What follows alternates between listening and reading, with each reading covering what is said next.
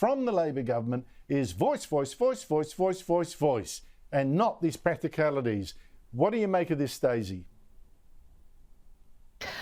It's just so sad, Andrew. I know that's stating the bleeding obvious, but to see this happening in schools at Alice Springs, it really is dreadful. And as you mentioned, like, we're not hearing anything about the practical side of things from the government. And you know what? I think that is really, really deliberate, Andrew. I think, for instance, the reason that Anthony Albanese spent more time at the tennis than he did in Alice Springs is that he knows that if he draws attention to these really dreadful and practical problems in Alice Springs, whether it's in the schools, whether it's little children running around at midnight, whether it's what happens when you lift the alcohol bans, the general public will look at it and think, hang on a minute, how on earth can this advisory body just magically fix all of these terrible very, very physical and real problems they have? If he knows that if people see that, they'll look at the government and go, really, this flag chick policy of yours? Okay, how is it going to work? Give us details of how it is going to actually solve these problems. And the issue is, Andrew, that they can't, and it won't. So my heart bleeds for these poor little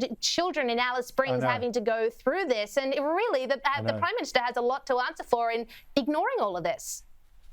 Well, the whole thing about the voice, there are hundreds of voices, hundreds of Aboriginal organisations around the country. If they speak up against this, how about they do that? Instead, we see this misapplying of all these resources to a voice. You've got a voice now, use it, say something about this and do something about it. James, your view? Look, firstly, give that principal a medal and buy him a cold beer. Good on him for stepping in to protect that child. And as for the other children, they should be charged with assault.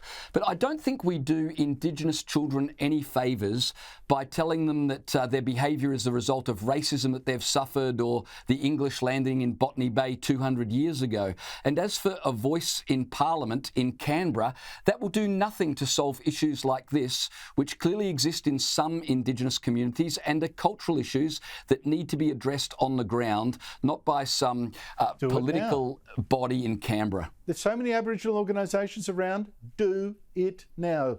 Thank you for your time, James McPherson, Daisy Cousens. Great chat.